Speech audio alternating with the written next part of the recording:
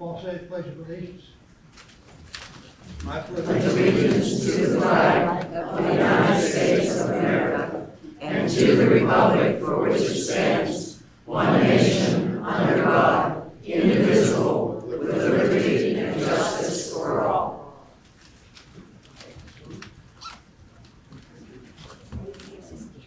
Please stand, please. Well, this is not a good beginning.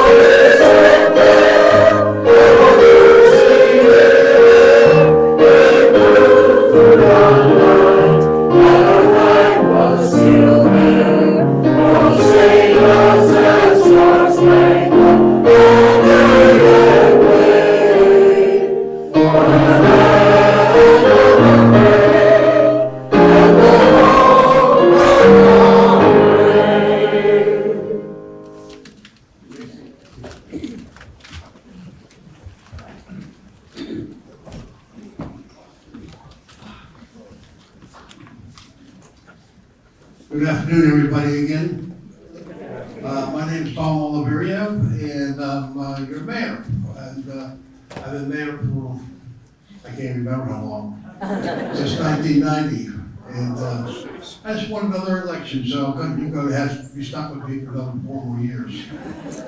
But anyways, I just want to tell you a brief story here.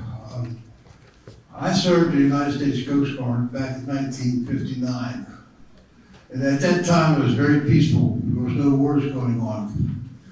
And after boot camp, I had a choice where I wanted to go. And one of the openings, believe it or not, was Hawaii. I could have gone to Florida too, but I decided on Hawaii. But the interesting part, though, was that when I went to Hawaii, they assigned me on a buoy tender. Now, Coast Guard takes care of all the buoy all across the world practically. And they, one of the jobs we had was take care of the buoys in Pearl Harbor. Now this is 1960, and I had the first chance to go to Pearl Harbor to work on some buoys that need some lights repaired or something. And we came up to, slowly, but we came up to the USS Battleship Arizona. And that was my first experience of seeing this tomb of our service people who died during the raid by the Japanese. And there's 1,104 of our servicemen are permanently laid to rest there. You know, they're going to come home. But that was a big experience for me. And it was different for me to see that happen. Then our buoy tender went all across the Pacific, always west to Japan. So we made many stops at different islands. And one of the places we stopped to was Midway, okay? There, back in 1944, I believe, there was they called it a turkey shoot, where the Japanese in our United States Navy had some of the biggest battles, air battles there were. We lost, just in one day, we lost over 1,000 servicemen.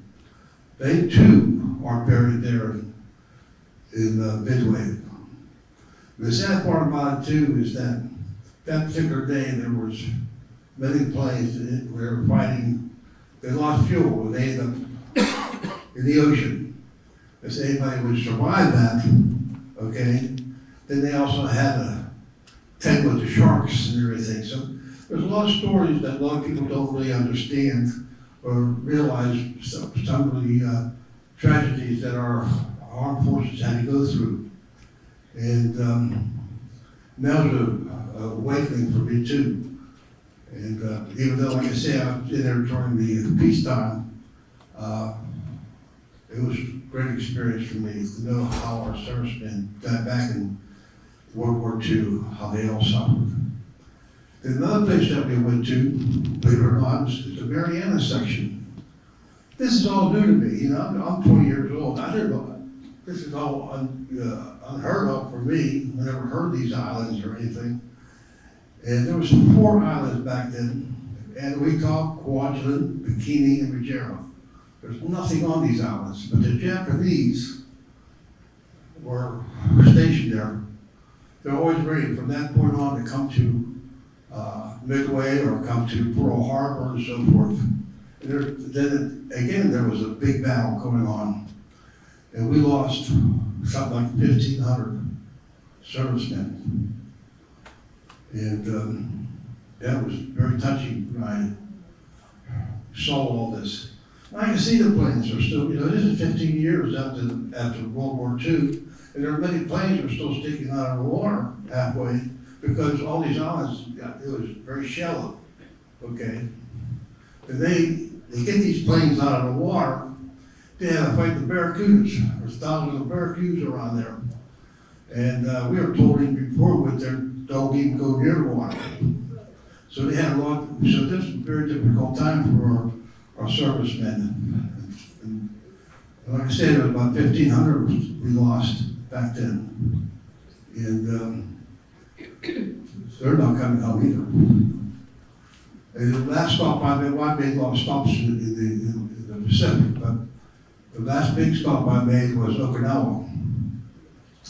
And I think that was the last battle that we had. It was a 6-day, I heard that was a 6-day battle where we lost 12,000 servicemen in a 6-week period.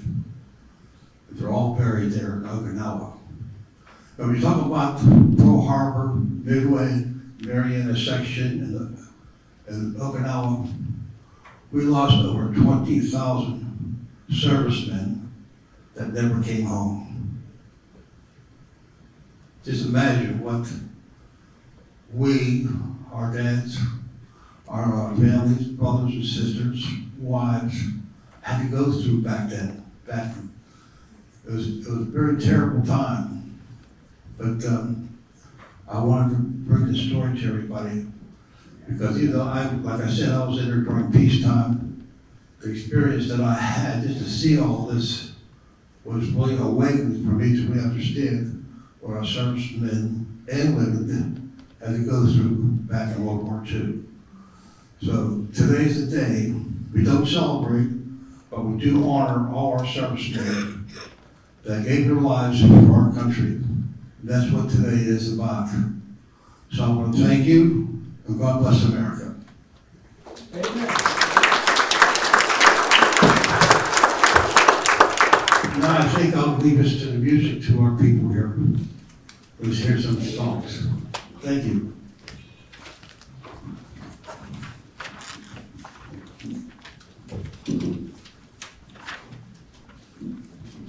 Hello, everyone. We're so glad to have you here today.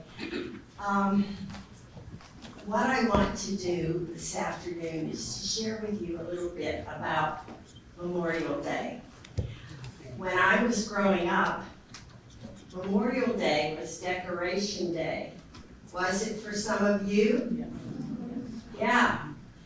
And so I began to do some research, and I found out, first of all, that Memorial Day, the reason why it was chosen as the last Monday in May was because there were never any battles that were fought in any of the wars on that particular day. And so that's why they chose that. It wasn't the anniversary of anyone's, it wasn't a special day, and so it became Decoration Day. Now originally, Decoration Day started 5 or 6 days after the peace was signed for the Civil War. I didn't know that. And what they did at that signing afterwards in this little town was they took flowers and they decorated them in the town for those men that had lost their lives in the Civil War. And so after that, after the First World War is when it was changed to Memorial Day.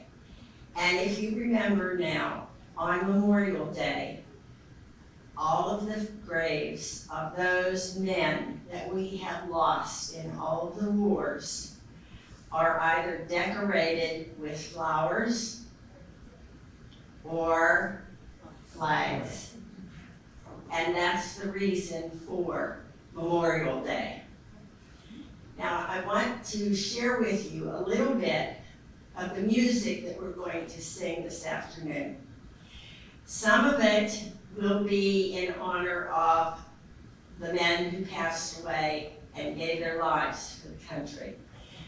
But last summer, when I began to think about what music I was going to choose, during that time, our nation was really divided. We were in the midst of a federal election. We had anger, we had problems with the kids storming the educational places of learning. And I came across this song, which we are going to sing for you first. And it talks about being united by the red, white, and blue.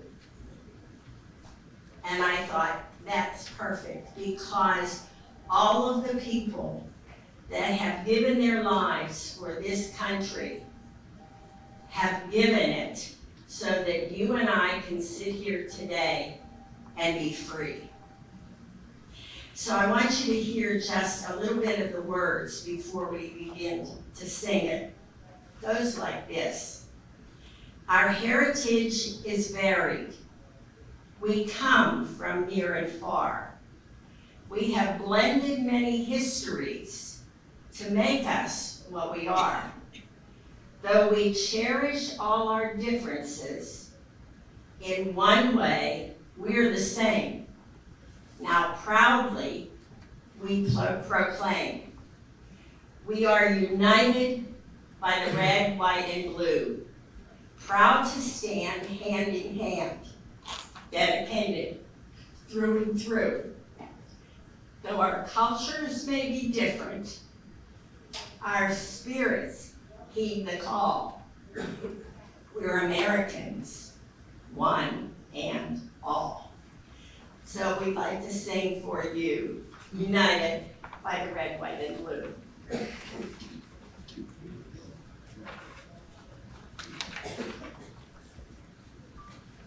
guys, strong.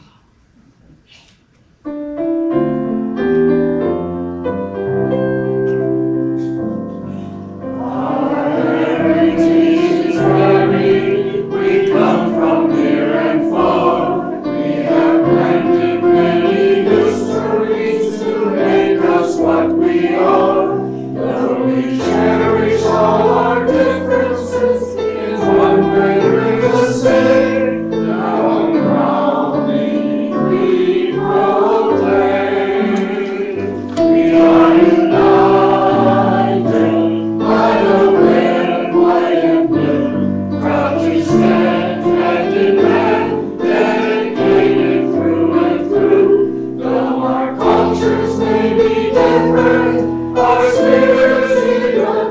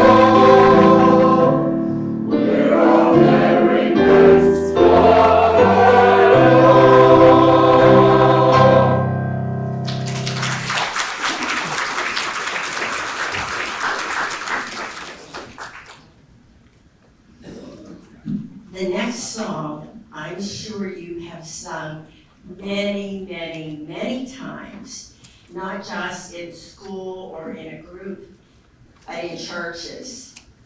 It's called God of Our Fathers.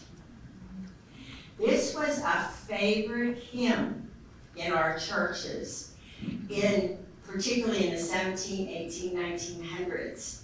But did you know that it was written in 1876 by Daniel Roberts, who was a priest in the Protestant Episcopal Church in Brandon, Vermont? I did not know that. And he wrote it because they were having a very small patriotic presentation because the Declaration of Independence was 100 years old. And so, God of Our Fathers.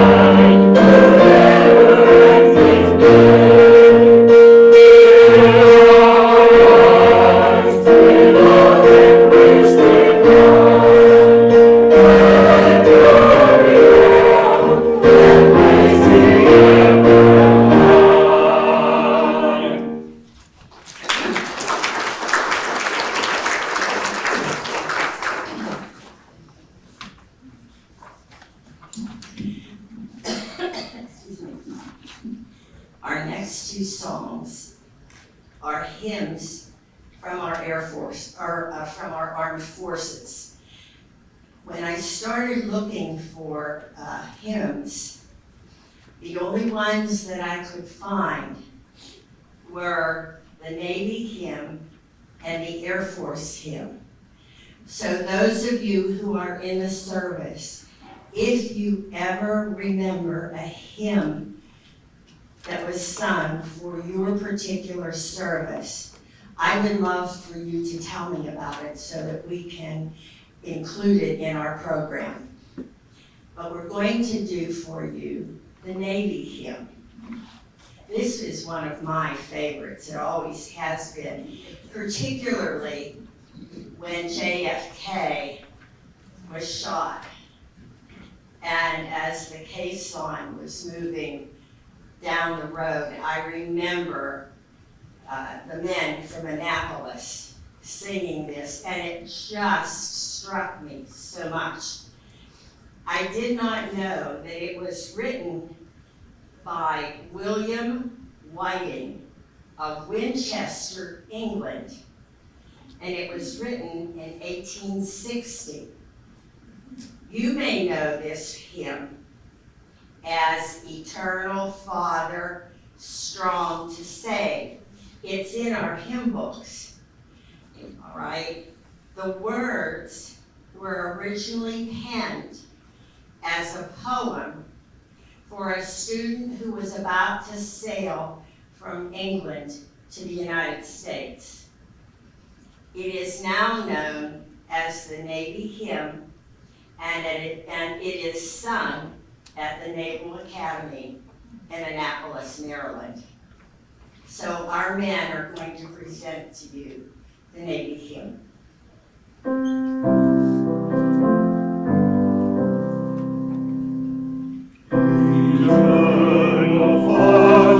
Strong to save, whose arm hath bound the restless wave, who is the mighty ocean deep, its own appointed limits keep.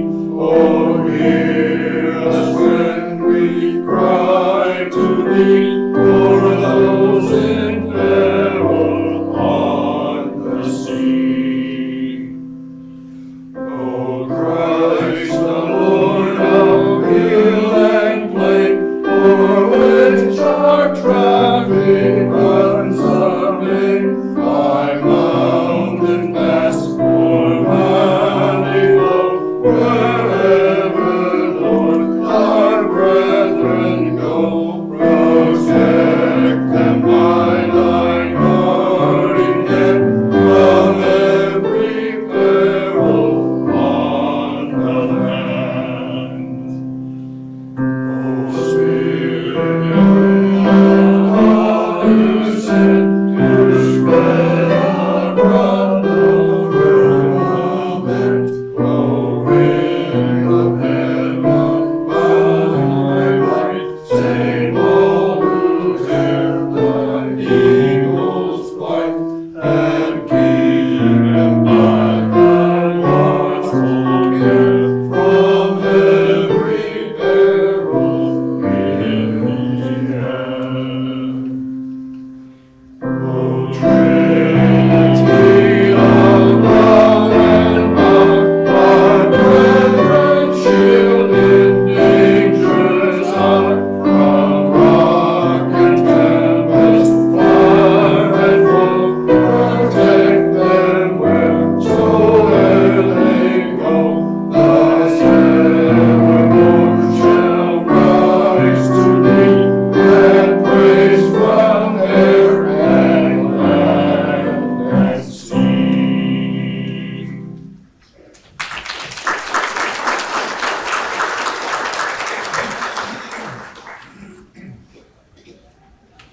And now the other one that we'd like to sing for you is the Air Force hymn. And I did not know this one at all. I kept looking for all of the other services, couldn't find them. And all of a sudden, this came up on my screen. The title of this hymn is Lord, Guard, and Guide the Men Who Fly. The words were written by a lady by the name of Mary Hamilton, and it was published in the London Times in 1915. And this was long before we had women in the Air Force, all right? So therefore, that's why the title was Lord, Guard, and Guide the Men Who Fly. And the music was written way before that in 1866 by John Gray, and it was published in the English Church. Sadly, he never knew that the song that he wrote became part of this hymn. So our ladies are going to sing for you, Lord, Guard, and Guide the Men Who Fly.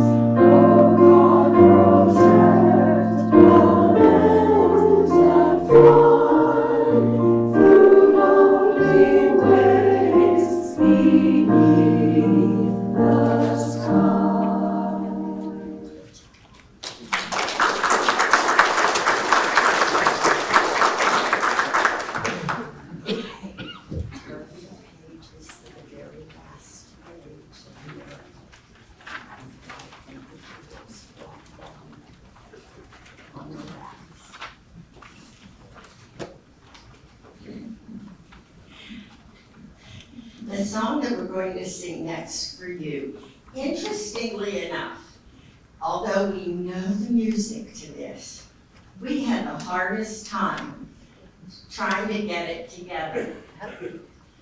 And so I have threatened them that if they pick up their books, except for the last page, they're gonna get it. The song is titled America, and it's a medley of two very popular patriotic songs.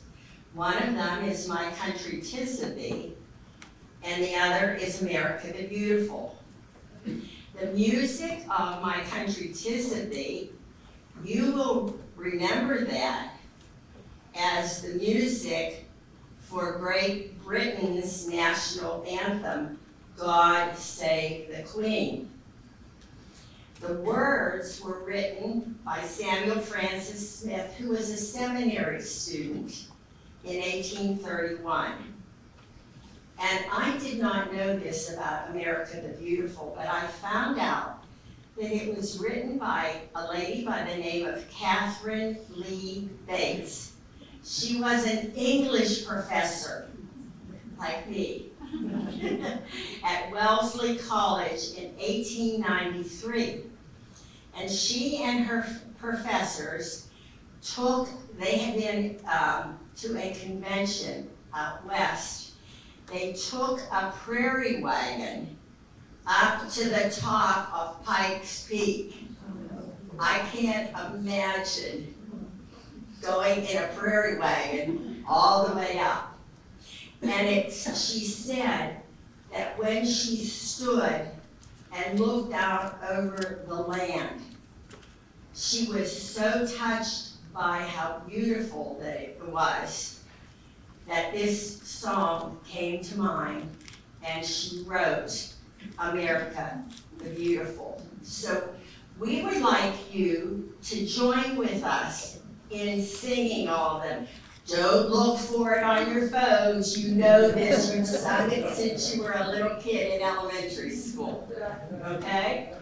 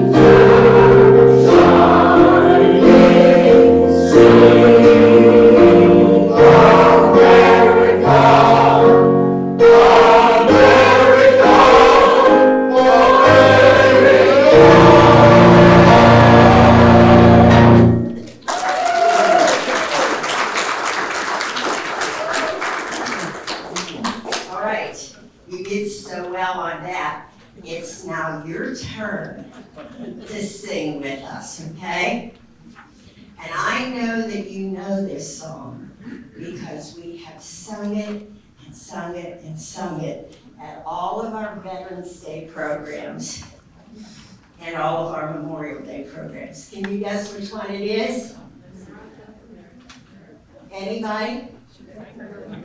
God Bless America. Now, just a little bit.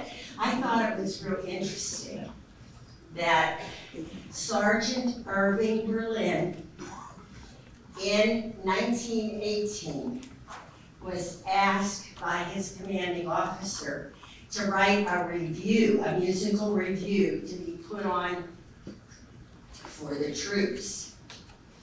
And he had written that, and then he found out that Kate Smith was coming. And he had to take a piece of music that he had written 2 decades before It had been sitting in a trunk. He pulled it out and he wrote it for her because he wanted it to be sung as a kind of celebration to America. And it became so popular after the first time that she sung it that those of you growing up remember she sang it at every program that she did, and it was a weekly program.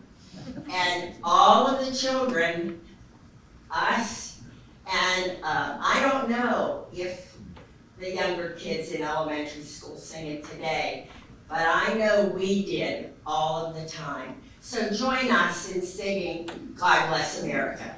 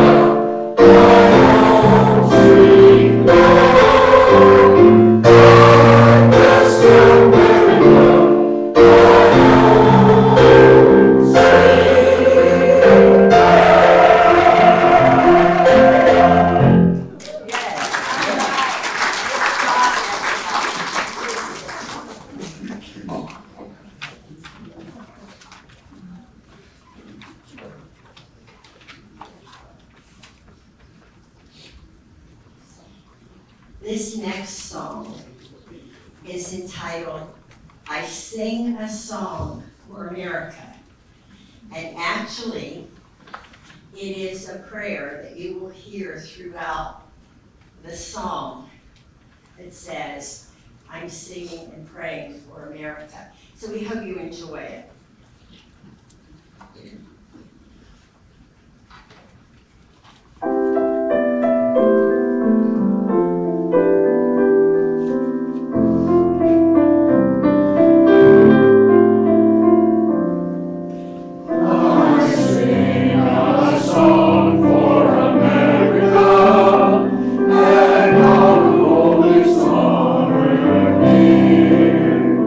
I sing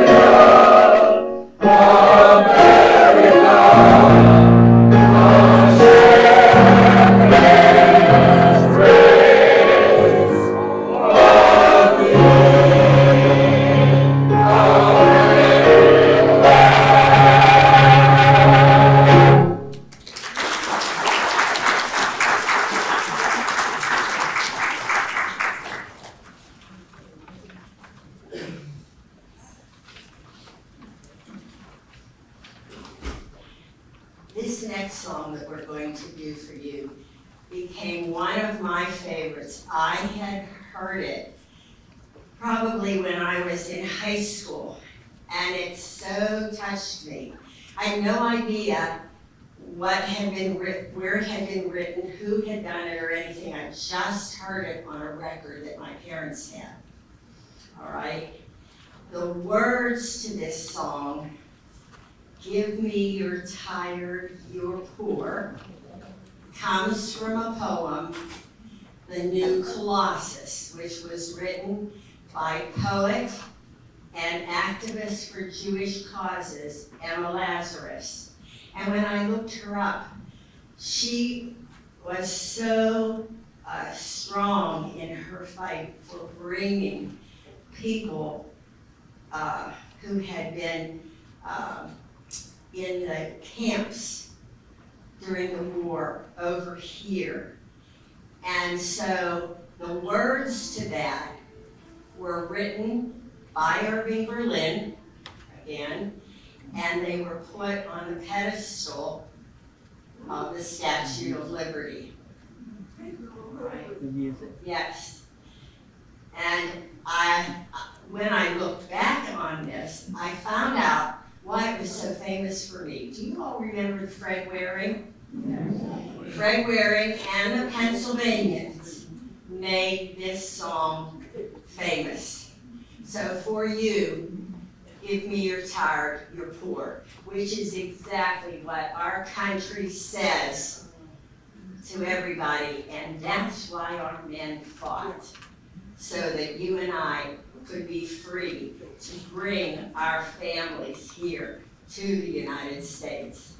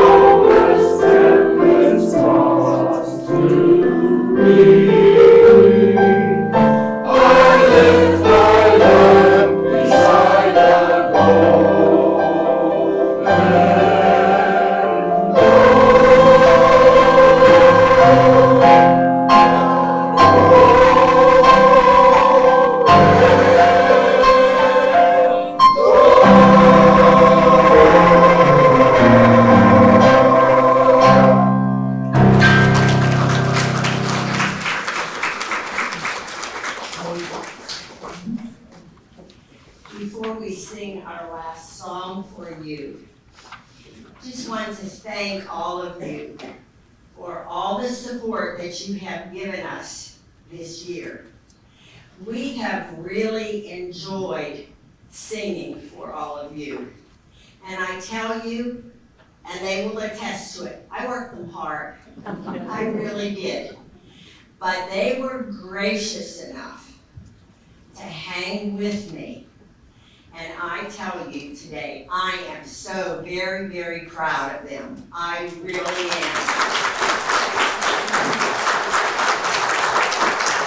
And I tell you this, I could not have done it without Joyce Strobel on piano.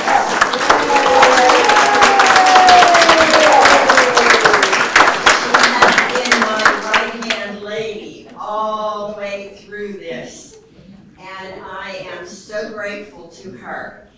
I don't know whether you all know this or not, but she is playing for the very first time with the choir our brand new piano that is dedicated in memory of her husband.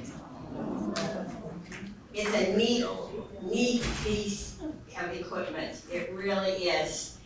And I'm so grateful that we have it. Thank you, Joyce.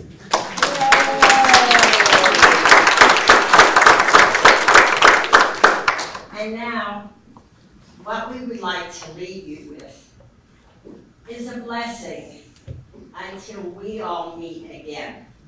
All right? It's called, May the Good Lord Bless and Keep You.